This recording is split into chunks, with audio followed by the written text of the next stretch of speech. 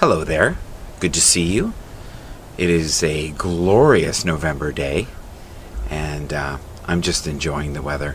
Today I'm going to talk about a subject that I love, and it is people's opinions. Now, many times we take the opinion of someone else to heart, and what we don't realize, it's life is like a book, and it doesn't matter how many people read the book, we interpret the book differently because of our life experiences.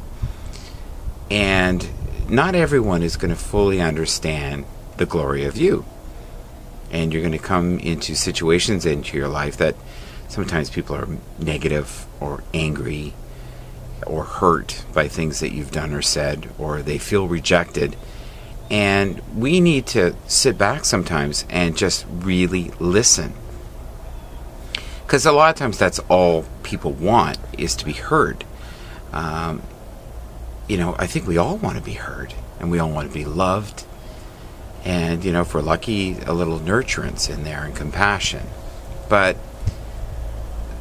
what puzzles me the most is that people take what other people to heart all the time.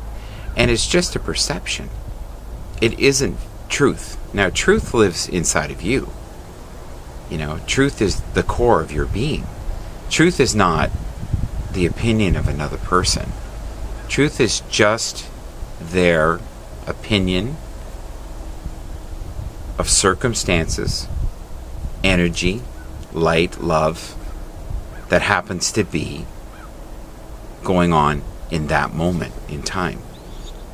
And really, most of us live in somewhat of a delusional world anyways, because we measure our inner worth to being about the possessions that I own and the car that I drive and how good looking my girlfriend, boyfriend, or spouse is.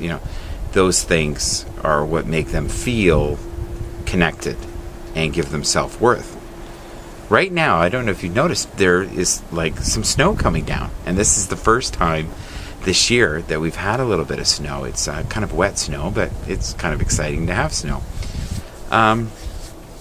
So not to get off the topic, but just because someone feels a certain way at a certain time, it doesn't mean that that is truth. And what you need to do is just step back, listen to the information, process it, and come from love.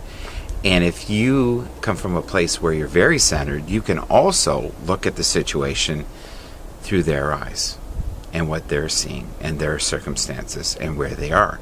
And many times the things that people do and say really are not what's going on inside. What they're coming from is sometimes envy. Many times they're hurt. Many times they just feel that they need to be respected in the situation. And if they're not getting respect, the first thing that happens is they get their backbone up. And, listen to them.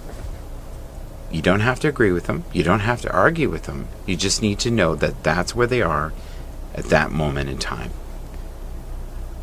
And always come from love and kindness.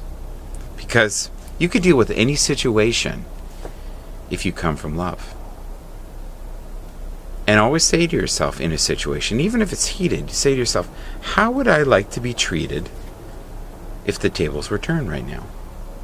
How would I like this person to respond to me when I'm feeling sad, unheard, disrespected? But a lot of times what we do, instead of listening, is we kind of punch, counterpunch, punch, counterpunch. And what I mean by that is, as they're saying what they're saying, we're formulating in our head a debate. And many people say, well, you do that too. How dare you judge me? And if you lived my life, you would understand. And instead of coming from that, what you need to do is come from, okay, this is where they are. I need to listen to them. I need to make them feel heard. And if I can, how can I remedy the situation and come up with a conclusion that makes everybody involved feel respected, heard, loved. Now, in other situations, you can, sometimes it's family members, it can be a difficult boss. It doesn't matter what you say. They just love the sound of their voice, and they'll go on and on and on.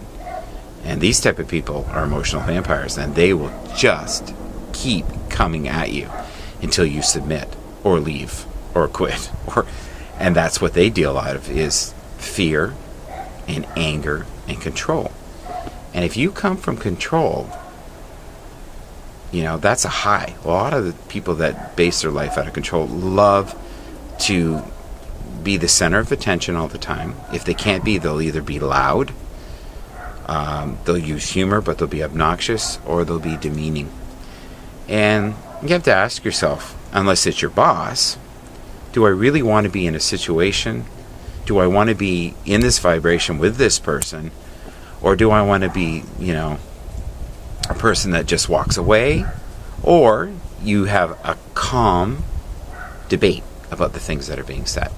And if you feel like they're not really listening, they may be. Because a lot of times the things that are most powerful in your life are the things that are true. And even if it's something that's being said to you, and it's negative, but there is an ounce of truth in it, many times we become very negative and combative, and we want a pound of flesh back. And that's not going to solve anything. So I hope you come out of this with some strategies on how to deal with a difficult boss, maybe a difficult co-worker, someone in your family, a mother-in-law, a father-in-law. You pray to God that it isn't your spouse, but there are times when we really feel like we need to be heard. There's times when we really need to feel that you can be there to listen. And then there's times that you just enjoy the sunshine and let it pour into your soul, and let God light up your love, and let God take care of the situation in your life. And what I mean is the pace. Don't get in front. Don't get behind. Just glide and let God direct you. And I pray that you find some peace and salvation. Till next time, this is Mike Bathurst saying, enjoy the sunshine.